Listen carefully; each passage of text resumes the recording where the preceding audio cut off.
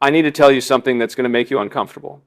Something that most people in the investment world don't want you to know. After managing billions of dollars for over 30 years, after making some of the most profitable trades in hedge fund history, and yes, after making some spectacular mistakes, I've learned one undeniable truth.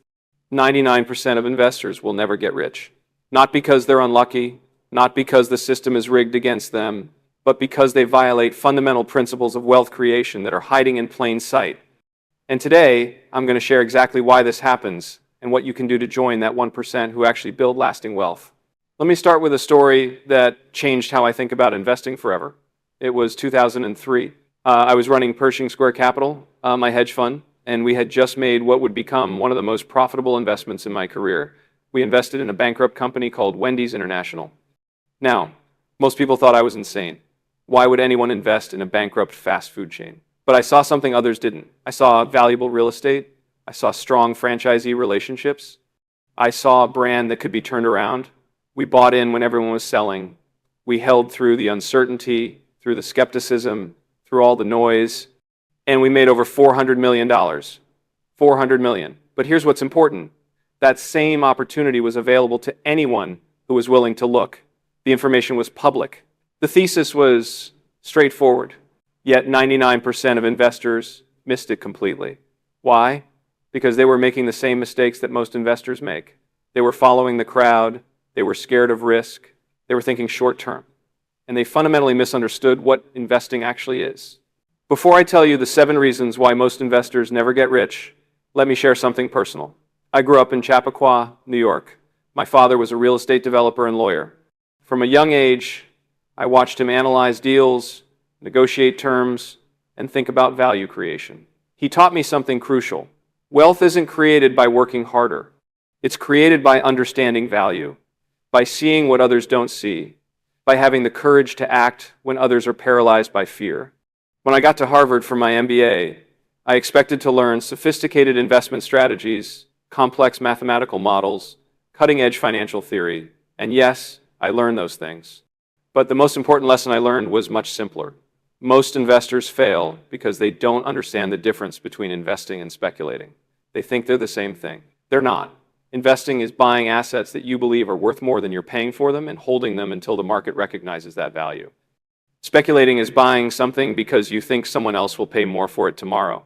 One builds wealth over decades, the other destroys it. The first reason 99% of investors never get rich is that they confuse activity with productivity. They think that the more they trade, the more research they do, the more screens they watch, the better their returns will be. This is completely backwards. I've studied the greatest investors in history. Warren Buffett, Charlie Munger, Benjamin Graham, Howard Marks. You know what they all have in common? They do less, not more. They make fewer decisions, not more decisions. They trade rarely, not constantly. Think about it this way. Every time you make a trade, you're paying fees. You're paying taxes if you're in a taxable account.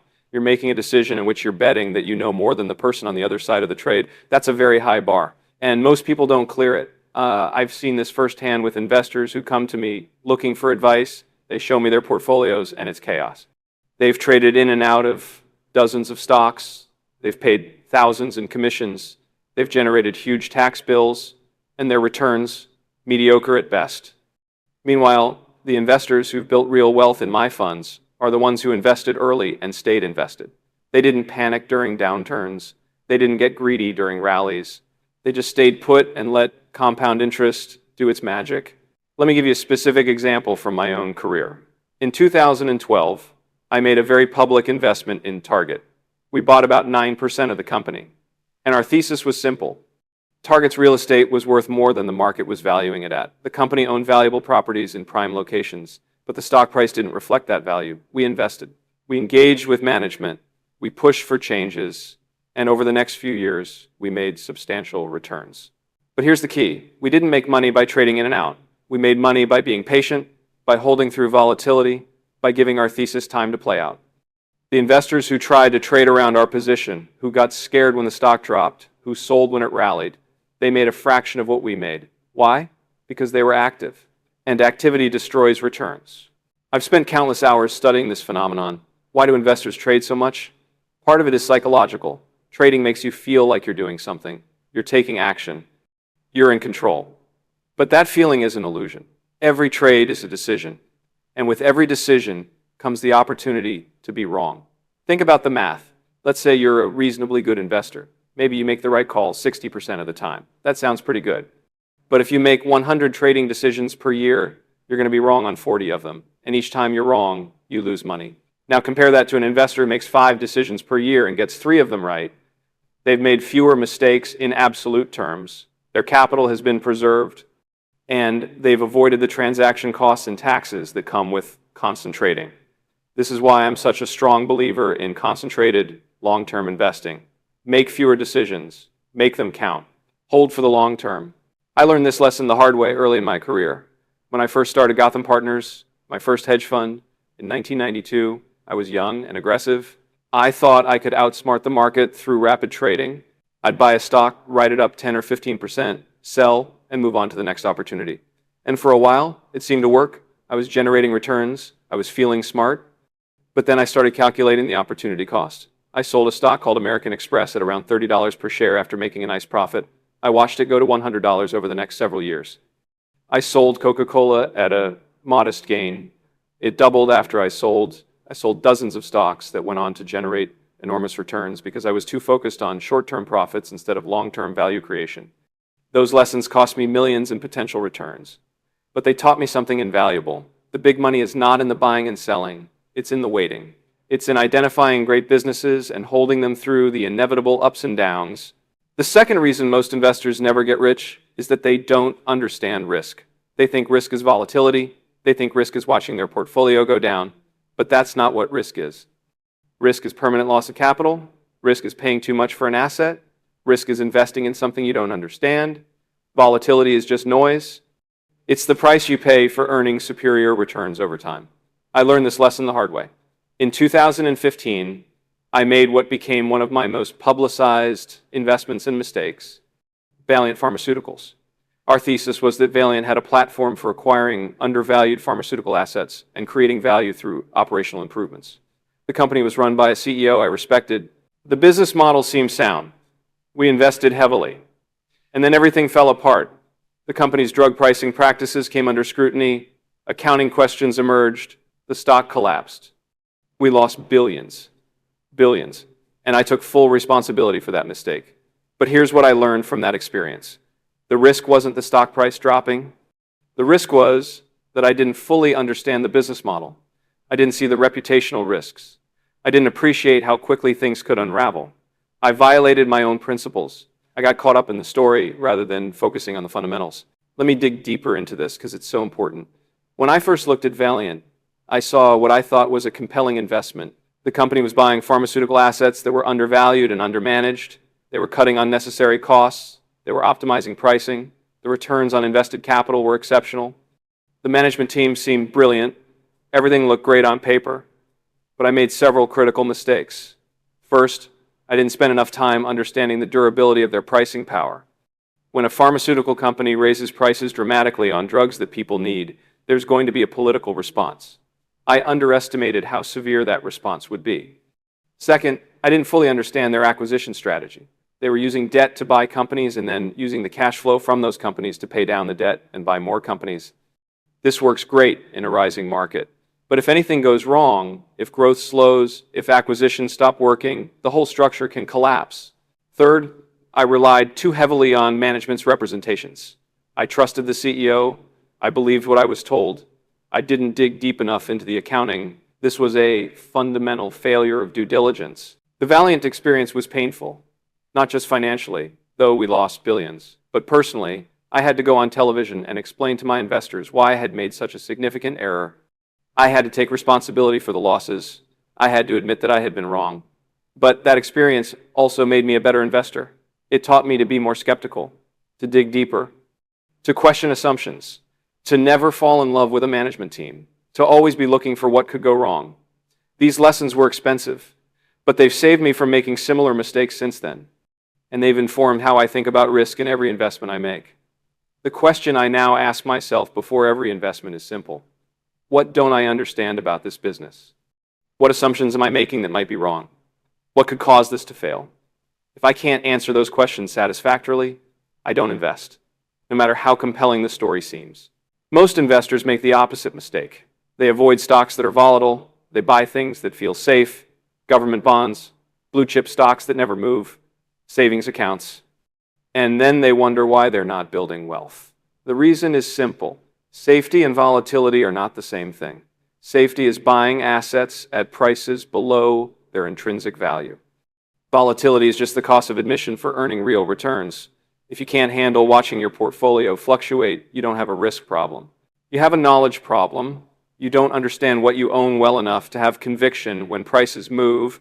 Let me tell you about my investment in Canadian Pacific Railway. We invested in 2011. The company was underperforming. Management was weak. The stock was cheap. We bought a significant position and immediately began pushing for management changes. We wanted them to hire a new CEO who could turn the company around. The market hated this. Analysts said we were crazy. The stock dropped initially. But we knew the value was there. We understood the business. We had conviction. We installed Hunter Harrison as CEO. He transformed the company. The stock went from around $70 per share to over $200 over the next few years. We made over $2 billion on that investment. But the volatility during that period was extreme. The stock would swing 10 or 20% in a matter of weeks. Most investors couldn't handle that. They sold, they panicked, and they missed out on life-changing returns. The third reason 99% of investors never get rich is that they follow the crowd. They buy what everyone else is buying, they sell what everyone else is selling, they read the same news, they listen to the same analysts, they think the same thoughts, and they get the same mediocre results. I've spent my entire career doing the opposite. When everyone was buying .com stocks in 1999, I was skeptical. When everyone was selling financial stocks in 2008, I was buying. When everyone said retail was dead in 2016, I was looking for opportunities. This contrarian approach isn't about being different for the sake of being different. It's about understanding that, by definition, you can't beat the market by doing what the market is doing. If you buy the same stocks at the same time, at the same prices as everyone else, you'll get the same returns as everyone else. And the market's returns, while not bad over very long periods, aren't enough to make you rich if you're starting with a modest amount of capital. Here's a specific example. In 2014, I took a large position in Allergan, the pharmaceutical company. At the time, the company was undervalued. Management was good, but not great. The assets were strong, but underutilized. We saw an opportunity. We partnered with Valeant. This was before the problems emerged, to make a bid for the company. The market went crazy. Analysts said we were overpaying. Shareholders protested. The media had a field day, but we knew the value was there. Eventually, activists acquired Allergan for $66 billion. We made over $2 billion in profit. But the path to get there was anything but smooth. We faced lawsuits, regulatory challenges, public criticism. Most investors would have folded under that pressure. They would have sold and moved on to something easier. But we had done our analysis, we understood the value, we had conviction, and we stayed the course while everyone else was running for the exits. The fourth reason most investors never get rich is that they don't understand the power of compound interest. They think about returns in terms of years, not decades. They want to get rich quick, they chase hot stocks and high returns in the short term, and they completely miss the extraordinary power of consistent returns over long periods. Let me show you the math. If you invest $100,000 and earn 10% per year for 30 years, you end up with $1.74 million. Not bad. But if you invest that same $100,000 and earn 15% per year for 30 years, you end up with $6.62 million. The difference between 10% and 15%, just 5 percentage points, is the difference between comfortable retirement and generational wealth. But here's the thing. Most investors can't earn 15% consistently. Why? Because they're impatient, they take profits too early, they sell winners and hold losers, they chase performance, they trade too much. All of these behaviors destroy compound returns. Let me break this down even further because the mathematics are so powerful yet so misunderstood. Compound interest is what Albert Einstein allegedly called the eighth wonder of the world. Those who understand it earn it. Those who don't pay it. The key insight is that you're not just earning returns on your initial investment, you're earning returns on your returns. Your money is making money. And that money is making money. This creates an exponential growth curve that becomes extraordinarily powerful over long time periods. Here's a concrete example. Let's say you have two investors Investor A starts with $100,000 and earns 12% per year for 40 years. Investor B starts with the same $100,000 but earns only 8% per year for 40 years. After 10 years, Investor A has $311,000. Investor B has $216,000. A nice difference, but not life-changing. After 20 years, Investor A has $965,000. Investor B has $466,000. Now the gap is widening significantly. After 30 years, Investor A has $3 million. Investor B has $1 million. The difference is now $2 million. But watch what happens in the final decade. After 40 years, Investor A has $9.3 million. Investor B has $2.2 million. The difference is over $7 million. Same starting capital, same time period. The only difference was 4 percentage points of annual return. But those 4 points, compounded over 40 years, created a $7 million difference in outcomes. This is why I'm so focused on generating consistent above-market returns rather than trying to hit home runs. I don't need to make 100% in a single year. I need to make 12 or 15 or 18% consistently over decades. That consistency, that compounding, is what builds generational wealth. But achieving that consistency requires discipline. It requires avoiding the temptation to chase hot stocks that might double quickly but might also go to zero. It requires focusing on quality businesses that can compound their earnings over long periods. It requires patience to let those businesses grow without constantly second-guessing your decisions. Most investors can't do this. They see their portfolio up 20% and they take profits. They're afraid of giving back their gains. But by taking profits, they interrupt the compounding process. They reset the clock. And they never achieve the exponential growth that comes from holding great businesses for decades. I've seen this pattern repeat itself countless times. An investor puts money into a stock or fund. It goes up 20% in the first year. They take profits because they're scared of losing their gains. Then they watch that same investment triple over the next 5 years while they're sitting in cash or chasing the next hot thing. The greatest returns I've ever made have come from investments I held for years, not months. Chipotle. We invested when the stock was around $250. We sold years later at over $700. General Growth Properties. We bought when the company was in bankruptcy at $10 per share. We sold at $27 years later after the company successfully reorganized Fannie Mae and Freddie Mac preferred shares. We bought when they were trading for pennies because we believed the government would eventually restructure them. We've held for years waiting for that thesis to play out. These investments required patience.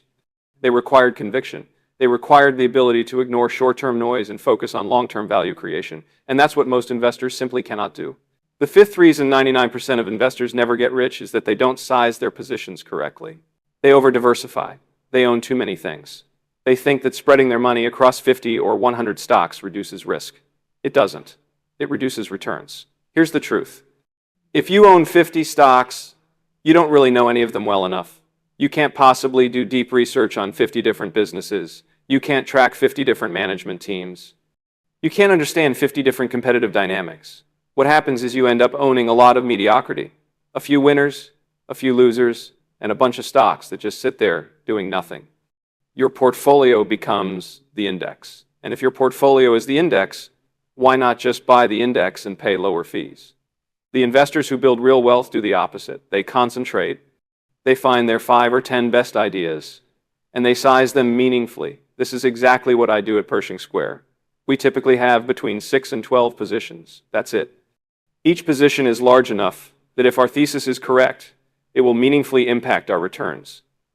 But each position is also small enough that if we're wrong, it won't destroy us. Let me expand on this, because position sizing is one of the most important and most overlooked aspects of successful investing. When I'm building a portfolio, I'm thinking about several factors. First, what's my conviction level? Do I understand this business deeply? Have I done extensive research? Do I know the industry? Do I know the competitive dynamics? Do I know the management team? The more I know, the more confident I can be, the larger the position I'm willing to take. Second, what's the risk reward? If I think something can double but the downside is losing 50%, that's a 2-to-1 upside to downside ratio, pretty good. I might size that at 10 or 15% of my portfolio. If I think something can triple and the downside is only losing 20%, that's a 3-to-1 ratio on the upside and a 15-to-1 ratio overall. That's exceptional. I might size that at 20 or even 25% of my portfolio. Third, what's the correlation with my other positions? If I already own several retail stocks, adding another retail stock doesn't give me diversification. If one retail stock blows up, they might all have problems because they're exposed to the same industry risks. I want positions that are independent of each other, that react to different factors, that don't all move together. Fourth, what's the liquidity? Can I get out if I need to? If I'm investing in a large cap stock with millions of shares trading every day, I can build a big position and exit relatively easily if my thesis changes. If I'm investing in a small cap stock where only 10,000 shares trade per day, I need to size smaller because I might not be able to exit without moving the price dramatically. These factors all go into determining position size, and they're dynamic. As my conviction changes, as the risk reward changes, as circumstances change, I adjust my position sizes. I might start with a small position while I'm building conviction. As I learn more, as I become more confident, I size up. Or I might start with a large position and size down as the stock appreciates and the risk reward becomes less attractive. This is active portfolio management. This is thinking critically about how capital is allocated. Most investors don't do this. They buy 20 stocks and put 5% in each one because that's what they think diversification means. But that's not portfolio construction. That's just lazy thinking. Real portfolio construction requires making difficult decisions about conviction, risk, reward, and correlation. Let me share a specific example of how this works in practice. When we first invested in Restaurant Brands International, the parent company of Burger King, Tim Hortons, and Popeyes, we started with a relatively modest position, maybe 5% of our portfolio. We liked the business, we liked the management team, we liked the franchise model, but we wanted to learn more. Over the next several months, we spent hundreds of hours studying the company. We visited restaurants, we talked to franchisees, we analyzed the unit economics, we built detailed financial models, we came to understand the competitive dynamics of the quick service restaurant industry, and as our conviction grew, we sized up. We eventually had 15% of our portfolio in Restaurant Brands. This wasn't reckless, this was calculated. We understood the business. We understood the risks. We believed the upside was substantial and the downside was limited, and we sized accordingly. That position generated enormous returns for our investors. But it only mattered because we sized it meaningfully. If we had kept it at 2 or 3% of the portfolio, the returns would have been nice, but not transformational. Because we sized it at 15%, it moved the needle significantly. Let me give you an example. When we invested in Chipotle in 2016, it was a very large position for us. The company was in crisis. There had been food safety issues. The stock had collapsed from over $700 to under $400. Everyone was convinced the brand was permanently damaged. We saw something different. We saw a strong brand that could recover. We saw valuable real estate. We saw a business model that worked. We met with management. We pushed for changes. We helped bring in a new CEO. And we sized the position appropriately. It was big enough that when we were right, and we were, it generated huge returns for our investors. If we had invested 1% of our portfolio in Chipotle, those returns would have been nice but not meaningful. Because we invested a significant portion of our capital, those returns were transformational. Most investors are afraid to concentrate. They think diversification is safety. But diversification is only safety if you don't know what you're doing. If you've done your homework, if you understand the businesses you own, if you've identified genuine value that the market is missing, concentration is how you get rich. Warren Buffett has said this for decades. Diversification is protection against ignorance. It makes very little sense for those who know what they're doing. I completely agree. You don't need to own 30 stocks. You don't need to own 100 stocks. You need to own your 5 or 10 best ideas sized appropriately. That's how you build wealth. The sixth reason 99% of investors never get rich is that they don't understand valuation. They confuse a good company with a good investment. They buy things because they like the products or because the company's growing or because everyone is talking about it, but they never ask the most important question, what is this actually worth? And what am I paying for it? I learned this lesson early in my career from studying Benjamin Graham and Warren Buffett. Price is what you pay, value is what you get. If you pay too much for even the best business in the world, you will have poor returns. If you pay the right price for a mediocre business, you can do very well. The key is understanding the difference between price and value. Let me give you a specific example. In the late 1990s, Everyone was buying technology stocks. The internet was the future. These companies were growing rapidly. The excitement was palpable. But when you looked at the valuations, they made no sense. Companies with no profits were trading at billions of dollars in market cap. Companies that were burning cash were valued as if they would dominate the world. I avoided almost all of it. Why? Not because I didn't believe in the internet. I did. But because the prices being paid had no relationship to the underlying value. You could not justify a 200 times sales multiple for a company that might never be profitable. Fast forward to 2000 and 2001, the bubble burst. Trillions of dollars in market value evaporated. Companies that were worth billions went bankrupt. Investors who had paid ridiculous prices lost everything. But the investors who had discipline, who understood valuation, who refused to pay crazy prices, they preserved their capital. And when the dust settled, they were able to buy great businesses at reasonable prices. This pattern repeats itself over and over. In 2006 and 2007, everyone was buying houses. Real estate was the sure thing. Prices were going up every month. People were getting rich, flipping properties, but the valuations made no sense. Houses in Las Vegas and Phoenix and Miami were trading at prices that could not be justified by rental income or local wages. I avoided real estate, I shorted mortgage-backed securities, and when the crash came in 2008, I made substantial profits, while most real estate investors lost everything. This wasn't genius. This wasn't luck. This was simply understanding valuation and having the discipline to say no when prices don't make sense. Most investors can't do this. They get caught up in the excitement. They convince themselves that this time is different. They buy at the top and sell at the bottom, and they never build wealth. The seventh and final reason 99% of investors never get rich is that they don't have an edge. They're competing in a market against professionals who have more information, more resources, more experience, and more time than they do. And they think they can win by reading the Wall Street Journal and watching CNBC. It doesn't work that way. If you're going to beat the market, you need an edge. You need to know something, or see something, or understand something that other investors don't. And for most people, that edge simply doesn't exist. This is why I actually tell most individual investors to just buy index funds. Put your money in a low-cost S&P 500 index fund and leave it alone. You'll do better than 90% of active managers. You'll save on fees. You'll save on taxes. You'll save yourself the stress of trying to pick stocks. For 99% of investors, this is the best strategy. But if you want to be in that 1%, if you want to build real wealth through active investing, you need an edge. And that edge has to come from somewhere. For me, my edge comes from a few places. First, I do deep fundamental research. I'm talking about hundreds of hours spent understanding a single business, reading every filing, talking to customers and competitors, understanding the industry dynamics, building detailed financial models. Most investors simply don't do this work. Second, I think long-term. I'm willing to hold investments for years, sometimes decades, waiting for value to be realized. Most investors can't do this. They need to show returns quarterly or annually. That short-term focus creates opportunities for patient capital. Third, I'm willing to be an activist.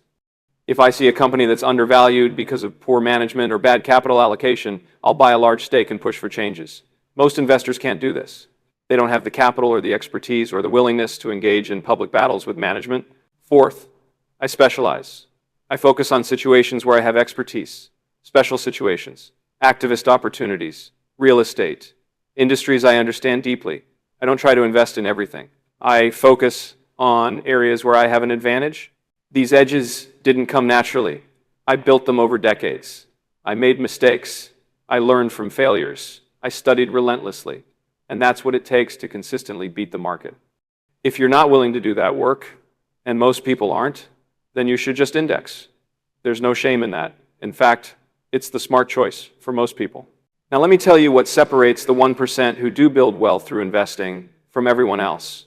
It comes down to a few key principles that I've observed over 3 decades in this business.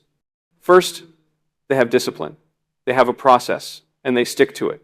They don't chase hot stocks. They don't panic in downturns. They don't make emotional decisions. They have rules, and they follow them, even when it's uncomfortable. I've had many moments in my career where sticking to my discipline was incredibly difficult. When we were short Herbalife, and the stock kept going up, every instinct told me to cover and move on. But we had done our research. We believed the company was essentially a pyramid scheme, We stayed short. Eventually, we closed the position, but we did so on our own terms, not because we panicked. Second, they think probabilistically. They understand that investing is not about being right every time. It's about being right more often than you're wrong and sizing your positions appropriately. They think in terms of expected value. If an investment has a 60% chance of doubling and a 40% chance of going to zero, that's a good bet if you size it right. You won't win every time. But over many investments, you'll come out ahead. This is exactly how I think about position sizing. I don't need to be right on every investment. I need to be right on enough of them and have them sized appropriately so that my winners more than offset my losers. Third, they continuously learn. Markets change, industries evolve. What worked 10 years ago might not work today. The investors who build lasting wealth are the ones who adapt. They read, they study, they learn from mistakes, they stay curious. I spend hours every day reading annual reports, industry publications, books, research papers. I'm constantly trying to understand the world better, to see patterns others miss, to identify opportunities before they become obvious. This commitment to learning is what keeps you relevant in an ever-changing market. Fourth, they manage their emotions. Fear and greed are the two emotions that destroy most investors. Fear causes you to sell at the bottom. Greed causes you to buy at the top. The investors who build wealth have learned to recognize these emotions and not act on them. This is much harder than it sounds. When your portfolio drops 30% in a month, when everyone around you is panicking, when the headlines are screaming about financial Armageddon, it takes tremendous discipline to stay calm and stick to your plan. But that discipline is what separates winners from losers. I've experienced this many times. In 2008, during the financial crisis, our portfolio was down significantly. Every day brought new disasters. Bear Stearns collapsed. Lehman Brothers went bankrupt. AIG had to be bailed out. It felt like the world was ending, but we stayed calm. We didn't panic sell. In fact, we saw opportunities. We bought financial stocks at prices that seemed impossible, and we made enormous returns when the market recovered. Fifth, they focus on what they can control. You can't control what the market does tomorrow. You can't control what the Federal Reserve decides. You can't control what happens in China or Europe or the Middle East, but you can control what you invest in. You can control how much you pay. You can control your position sizes. You can control your process. The investors who build wealth focus on those controllable factors and ignore the noise. I don't spend time trying to predict where the market is going. I don't try to forecast interest rates or economic growth. Those things are unpredictable and largely irrelevant to my investment decisions. What I focus on is finding businesses that are undervalued and that I believe will be worth substantially more in the future. That's what I can control. That's where I add value. Let me share a framework that I use to evaluate every investment. It's simple but powerful. First, I ask, what is the business worth? Not what is the stock trading for, but what is the business actually worth based on its cash flows, assets, competitive position, and growth prospects. I build detailed models. I stress test assumptions. I try to understand the range of possible values. Second, I ask, what am I being asked to pay? Obviously, the answer is the current stock price. But I'm also considering opportunity cost. If I invest here, what am I giving up? What else could I do with this capital? Third, I ask, what is the margin of safety? This is the difference between what something is worth and what I'm paying for it. If I think a business is worth $100 per share and is trading at $90, that's a 10% margin of safety. Not great. If it's trading at $50, that's a 50% margin of safety. Much better. The margin of safety protects you when you're wrong, and you will be wrong sometimes. Fourth, I ask, what is the catalyst? What will cause the market to recognize the value I see? Is it earnings growth? Is it a management change? Is it an industry recovery? Is it activist pressure? Without a catalyst, value can stay hidden for years. I want to identify what will unlock it. Fifth, I ask, what can go wrong? What are the risks? What assumptions am I making that might be incorrect? What would cause this investment to fail? This is where humility comes in. You have to be honest with yourself about what you don't know and what could derail your thesis. If I can't answer these 5 questions clearly and confidently, I don't invest. It's that simple. This framework has saved me from countless bad investments and helped me identify opportunities that have generated billions in returns. Now let me address something that I think is crucial for anyone who wants to build wealth through investing. You need to understand the difference between investing and trading. Most people think they're investing when they're actually trading. Trading is buying something with the intention of selling it in the near term based on price movements. Investing is buying an ownership stake in a business with the intention of participating in its long-term value creation. These are completely different activities with completely different skill sets and completely different odds of success. Trading is a zero-sum game. For every winner, there's a loser. The person who sold to you thinks the price is going down. You think it's going up. One of you is right, one of you is wrong. And after fees and taxes, the odds are stacked against you. Studies show that most day traders lose money. Most active traders underperform the market. The house always wins. Investing is different. When you invest in a business, you're not betting against someone else. You're betting on the ability of that business to create value over time. If the business grows, if it generates cash flow, if it increases its profits, everyone can win. The shareholders win, the employees win, the customers win. This is a positive-sum game.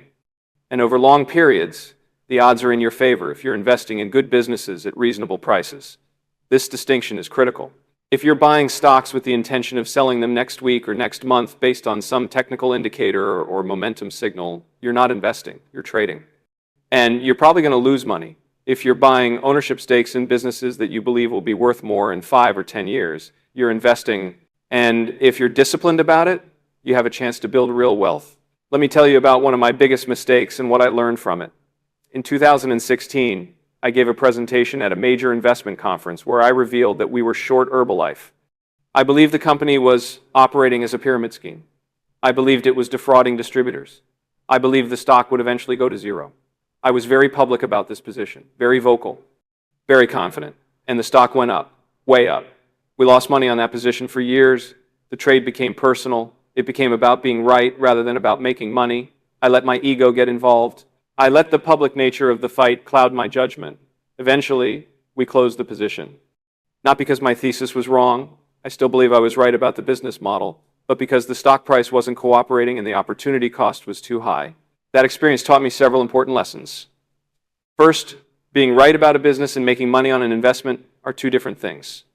You can be completely correct in your analysis and still lose money if the market doesn't agree with you. Second, going public with a position, while it can be effective for activism, creates psychological pressures that can lead to bad decisions. The need to be vindicated publicly can override good investment judgment. Third, you have to be willing to admit when something isn't working and move on. Stubbornness kills returns. If your thesis isn't playing out, if you're losing money, if there are better opportunities elsewhere, you need to be able to cut your losses and reallocate capital. The Herbalife situation was particularly challenging because it became so public. I went on television multiple times to discuss why I thought the company was a pyramid scheme. I presented detailed research. I engaged with regulators. I became the face of the short thesis. And when the stock kept going up, I faced tremendous criticism. People said I didn't understand the business. They said I was wrong. They questioned my credibility. And psychologically, that was incredibly difficult because I still believed I was right. I still believed the company was operating illegally. But the market didn't care. And in investing, being right morally or ethically doesn't matter if you're losing money. What I should have done, in retrospect, was close the position much earlier. I should have recognized that even if I was right about the business practices, the stock could stay elevated longer than I could stay patient. I should have admitted that the opportunity cost of tying up capital in a losing position was too high. But I didn't do those things because my ego got in the way. I wanted to be proven right. I wanted to see the company exposed. I wanted vindication, and that desire cost me money and cost my investors money. This is a trap that many investors fall into. They become emotionally attached to their positions. They identify with their investments. When the stock goes up, they feel smart. When it goes down, they feel stupid. And those emotions drive bad decisions. The solution is to completely separate your ego from your portfolio. Your job is not to be proven right. Your job is to make money. Those are two different things. If you make an investment and it's not working, you need to be able to admit that quickly and move on. You can't let pride or stubbornness keep you in a losing position. This is one of the hardest lessons for investors to learn. It was hard for me. It's hard for everyone, but it's absolutely essential for long-term success. You're going to make mistakes. Every investor makes mistakes. The question is whether you can recognize those mistakes quickly, cut your losses, and move on to better opportunities. The investors who can do that are the ones who build wealth over time. This is one of the hardest things for investors to do. admitting you're wrong, taking a loss, moving on. Our egos get in the way. We double down on losing positions, trying to prove we were right. We hold on, hoping for a recovery. We convince ourselves that the market is wrong and we're right. Sometimes that's true, but often it's just ego. And ego is expensive in investing. The best investors I know have the ability to separate their ego from their portfolio. They can admit mistakes quickly. They can change their minds when the facts change. They don't fall in love with their positions. This intellectual honesty is rare, but it's essential for long-term success.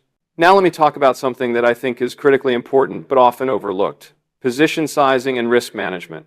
You can have the best investment ideas in the world, but if you size them incorrectly, you won't build wealth. There's a concept in investing called the Kelly criterion.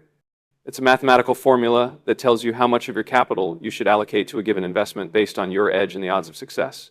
The formula is complex, but the insight is simple. You should size your positions based on your conviction and the potential upside relative to the downside. If you have high conviction and the risk reward is favorable, you size big. If your conviction is lower or the risk reward is less attractive, you size smaller. This is exactly how I think about building a portfolio. When we invested in Canadian Pacific Railway, we sized it very large because we had extremely high conviction. We knew the business. We knew the management changes that needed to be made. We knew the potential value. The risk reward was exceptional, so we bet big. When we invest in something where we have lower conviction or where the outcome is more uncertain, we size smaller. We might invest 1 or 2% of our capital rather than 10 or 15%. This approach does two things. First, it ensures that when we're right on our high conviction ideas, it really matters. The returns are meaningful. Second, it limits the damage when we're wrong on lower conviction ideas. We lose money, but it doesn't destroy the portfolio. Most investors do the opposite. They size everything equally. They put 5% in each of their 20 holdings. This might feel safe, but it's actually a recipe for mediocrity. Your best ideas get the same allocation as your worst ideas. Your winners don't move the needle enough to offset your losers. You end up with average returns at best. If you want to build real wealth, you need to size your positions based on conviction and opportunity. This requires confidence in your analysis. It requires the courage to make big bets when the odds are in your favor. And it requires the discipline to size smaller when you're less certain. This is hard. Most investors don't have the conviction to make concentrated bets. They're too worried about being wrong. They're too focused on avoiding losses rather than maximizing gains. But wealth is built through asymmetric bets, bets where the potential upside is much larger than the potential downside. And those bets only matter if you size them appropriately. Let me share one final principle that I think is essential for anyone who wants to build wealth through investing. You need to have a long-term mindset, not just in terms of how long you hold investments, but in terms of how you think about the world. The greatest opportunities come from understanding long-term trends before they become obvious. Demographic shifts, technological changes, regulatory developments, structural changes in industries. These trends play out over years or decades. If you can identify them early and position yourself accordingly, you can generate extraordinary returns. Let me give you an example. In the early 2000s, I became convinced that the housing market was in a bubble. Prices were rising faster than incomes. Lending standards were deteriorating. People were buying houses they couldn't afford with mortgages they didn't understand. This was a long-term trend that was going to end badly. I positioned our portfolio to profit from a housing crash. We shorted subprime mortgage bonds. We shorted home builders. And when the crash came in 2007 and 2008, we made substantial profits while most investors lost fortunes. But identifying that trend required thinking long-term. It required looking beyond the short-term noise of rising prices and strong demand. It required understanding the fundamentals and having conviction that those fundamentals would eventually matter. This same principle applies to finding investment opportunities today. What are the long-term trends that will shape the economy over the next 10 or 20 years? The aging population, the shift to renewable energy, the growth of artificial intelligence, the changing nature of work, the rise of emerging markets. If you can identify these trends and find businesses that are positioned to benefit from them, you can build substantial wealth. But you have to be patient. These trends don't play out overnight. You have to be willing to invest and hold for years, sometimes decades, while the thesis develops. Most investors can't do this. They want instant gratification. They want to see results in months, not years. and that short-term focus causes them to miss the greatest opportunities.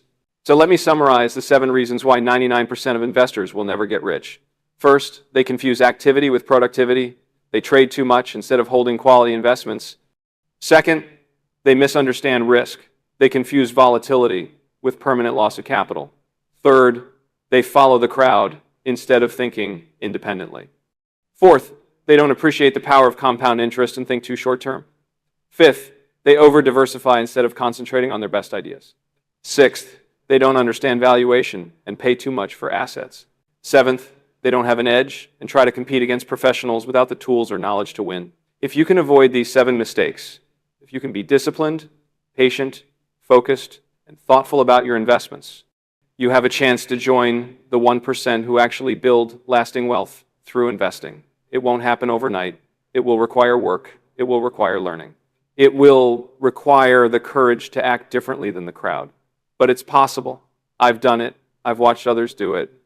And the principles I've shared today are the same principles that have guided my career and generated billions in returns for my investors. The choice is yours. You can keep doing what 99% of investors do and get the same mediocre results they get, or you can commit to being different, to being disciplined, to thinking long-term, to focusing on value, and to building real, lasting wealth.